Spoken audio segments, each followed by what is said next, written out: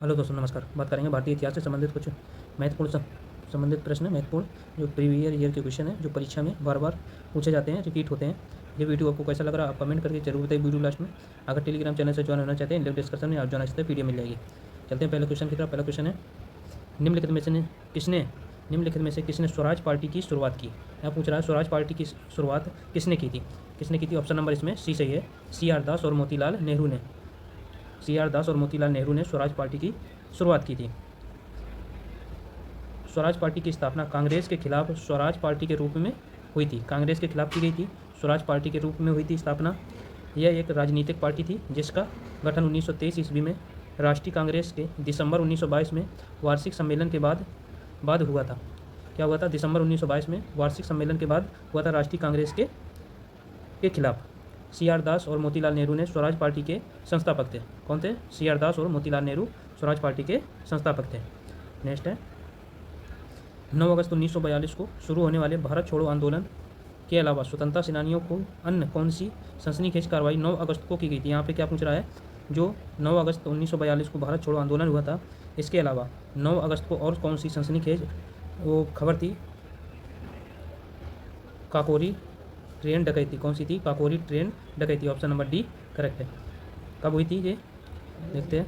Kakori train डकैती 9 अगस्त 1925 को लखनऊ के पास एक गांव, यहाँ काकोरी है, क्या है? यहाँ काकोरी है, काकोरी में हुई थी। इस डकैती को हिंदुस्तान रिपब्लिकेशन एसोसिएशन ने संगठित किया था। किसने किया? हिंदुस्तान रिपब्लिकेशन एसोसिएशन ने संगठित किया था। कौन? काकोरी ट्रेन डकैती, जो कब हुई थी? 9 अगस्त 1925 को। नेक्स्ट है, सांप्रदायिक निर्वाचन वर्ग भारत में पहली बार किस वर्ष में आरंभ हुए थे। जो सांप्रदायिक निर्वाचन हुए थे भारत में, वो पहली बार कब आरंभ किए गए थे? वो 1909 में आरंभ किए गए थे। कब किए? 1909 में। ऑप्शन नंबर डी करेक्ट है। कब हुए थे? 1909 में। सांप्रदायिक निर्वाचन वर्ग भारत में पहली बार 1909 में आरंभ किया गया था। कब किया गया? 1909 में आरंभ हुआ था। 1909 के भारतीय परिषद अधिनियम को मॉर्ले मेंटो सुधार के नाम से भी जाना जाता है। 1909 है जो, ये किसके नाम से जाना जाता है? मॉर्ले मेंटो सुधार के नाम से भी जाना जाता है। नेक्स्ट है, निम्नलिखित में से कौन सा भारत का सबसे ठंडा आवासीय स्थान है। जो भारत का सबसे ठंडा आवासीय स्थान है वो कौन सा है? वो द्रास है। कौन है? द्रास। कहाँ पे है ये लद्दाख में एक शहर है द्रास। देखते हैं, भारत का सबसे ठंडा आवासीय स्थान द्रास है, जो लद्दाख के कारगिल जिले के एक गांव है, एक शहर है। इसे प्रायः लद्दाख का प्रवेश द्वार भी कहा जाता है। किसे? द्रास को। दुनिया के दूसरे सबसे ठंडे बसे हुए स्थान के रूप में भी जाना जाता है द्रास को। कहाँ पे है ये? लद्दाख के कारगिल जिले के एक शहर में स्थित है। नेक्स्ट है, कर्क रेखा भारत के निम्न में से किस राज्य से होकर नहीं गुजरती। यहाँ पे पूछा है नहीं गुजरती है, तो कहाँ से नहीं गुजरती? ये उड़ीसा राज्य से नहीं गुजरती है। जो भारत के 8 राज्यों से गुजरती है कर्क रेखा। कौन कौन से हैं वो 8 राज्य? भारत के कर्क रेखा 8 राज्यों से गुजरती है। गुजरात है, राजस्थान है, मध्य प्रदेश है, छत्तीसगढ़ है, झारखंड है, पश्चिम बंगाल है, त्रिपुरा है और मिजोरम है। ये भारत के 8 राज्य हैं जहाँ से कर्क रेखा गुजरती है। नेक्स्ट है, भारत की भू सीमाएँ कितने देशों के साथ जुड़ी हुई हैं। जो भू सीमाएँ हैं भारत की, वो कितने देशों के साथ जुड़ी हुई हैं? वो 7 देशों के साथ जुड़ी हुई हैं भारत की भू सीमाएँ।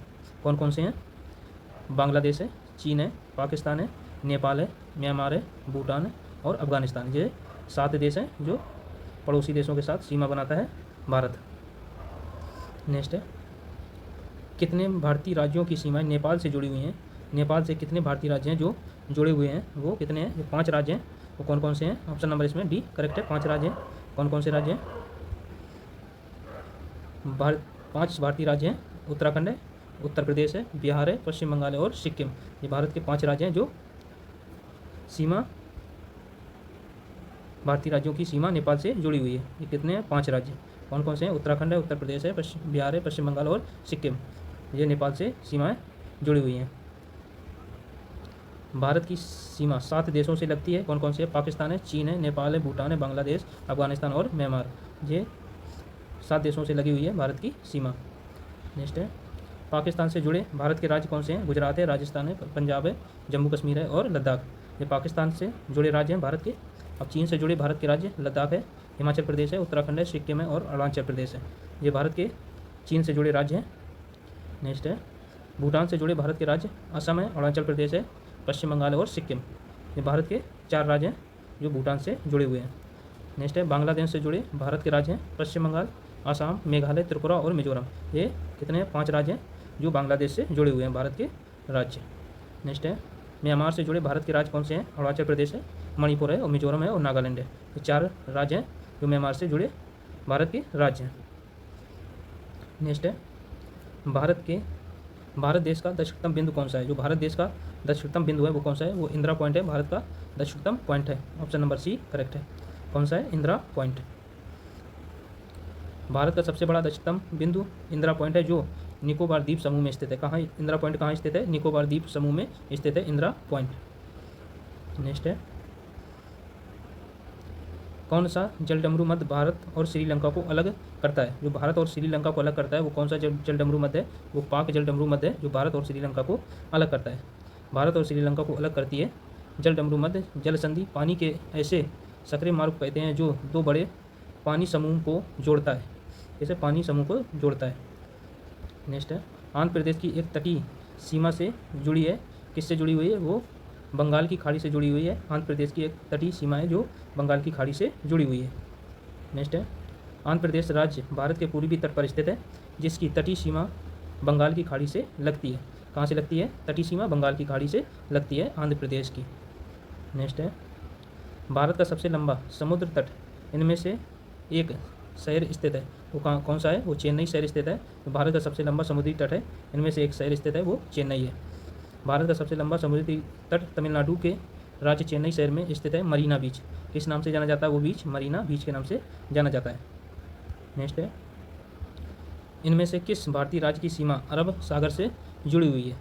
इनमें से किस भारतीय राज्य की सीमा अरब सागर से जुड़ी हुई है? वो गुजरात की जुड़ी हुई है अरब सागर से सीमा।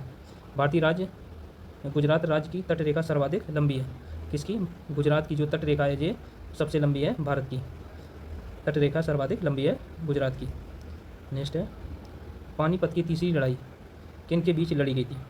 किन के बीच लड़ी गई थी और कितने सन में हुई थी? 14 जनवरी 1761 को पानीपत की तीसरी लड़ाई लड़ी गई थी। ऑप्शन नंबर इसमें ए करेक्ट है। देखते हैं किन के बीच हुई थी। मराठा साम्राज्य और अहमद शाह अब्दाली के बीच हुआ था। इस युद्ध में मराठा सेवा का नेतृत्व सदाशिवराव भाऊ ने किया था। किसने किया था? मराठा का नेतृत्व सदाशिवराव भाऊ जो थे इन्होंने मराठा का नेतृत्व किया था।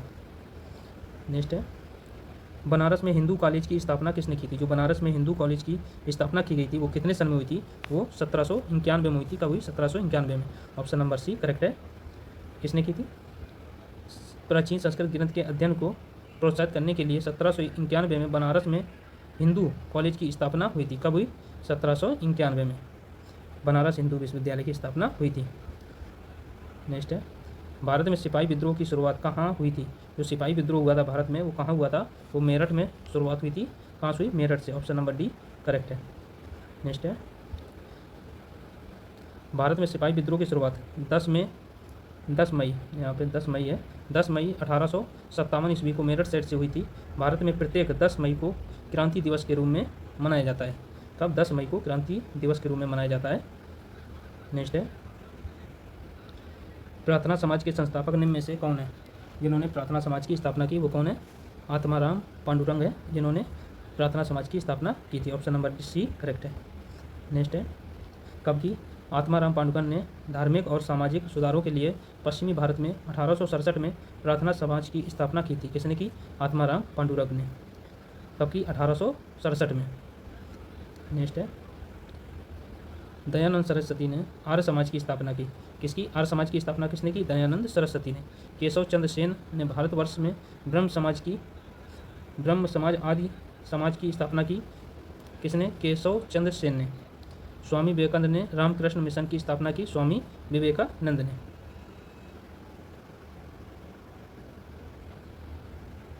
नेक्स्ट है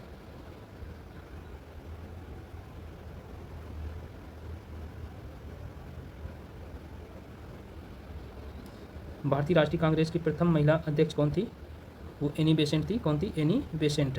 भारतीय राष्ट्रीय कांग्रेस की पहली महिला अध्यक्ष एनी बेसेंट थी जो 1917 में कोलकाता अधिवेशन में अध्यक्ष चुनी गई थी।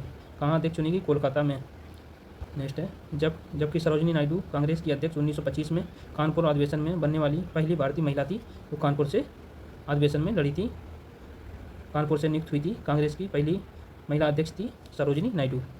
नेक्स्ट है, भारतीय राष्ट्रीय कांग्रेस का पहला अधिवेशन किस राज्य में आयोजित किया गया?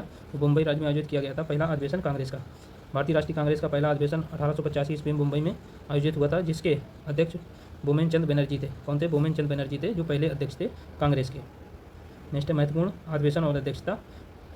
कोलकाता 1886, इसकी अध्यक्षता किसने की? दादा भाई नौरोजी ने की थी। अधिवेशन की अध्यक्षता किसने की? दादा भाई नौरोजी ने, जो कोलकाता में हुआ था। नेक्स्ट है, मद्रास में जो अधिवेशन हुआ था, इसकी अध्यक्षता किसने की? सैयद बदरुद्दीन तैयबत जी ने की थी। यह पहले मुस्लिम अध्यक्ष थे कांग्रेस के। कब की? 1887 में। नेक्स्ट है, इलाहाबाद की स्थापना किसने की? जॉर्ज यूल ने की। पहले कांग्रेस अध्यक्ष थे जिन्होंने अधिवेशन की अध्यक्षता की थी, जॉर्ज यूल। नेक्स्ट है, सूरत अधिवेशन की अध्यक्षता किसने की? राम बिहारी बोस ने की थी। कब हुई थी? 1907 ईस्वी में सूरत अधिवेशन हुआ था। नेक्स्ट है, बेलगांव की अध्यक्षता किसने की? महात्मा गांधी ने की थी। कब की? 1924 में बेलगांव की अध्यक्षता की थी महात्मा गांधी ने। कानपुर की अध्यक्षता किसने की? सरोजिनी नायडू ने। पहली महिला भारतीय महिला थी जो जिन्होंने कांग्रेस की अधिवेशन अध्यक्षता की थी 1925 में। नेक्स्ट है, लाहौर अधिवेशन की अध्यक्षता किसने की? पंडित जवाहरलाल नेहरू ने की थी। कब की? 1929 ईस्वी में। हरिपुरा अधिवेशन की अध्यक्षता किसने की? सुभाष चंद्र बोस ने। कब की? 1938 ईस्वी में। कब की? 1938 में। ठीक दोस्तों, ये थे 20+ क्वेश्चन थे। जो वीडियो आपको कैसा लगा आप कमेंट करके जरूर बताइए वीडियो लास्ट में। मिलते हैं नेक्स्ट वीडियो में, तब तक के लिए धन्यवाद।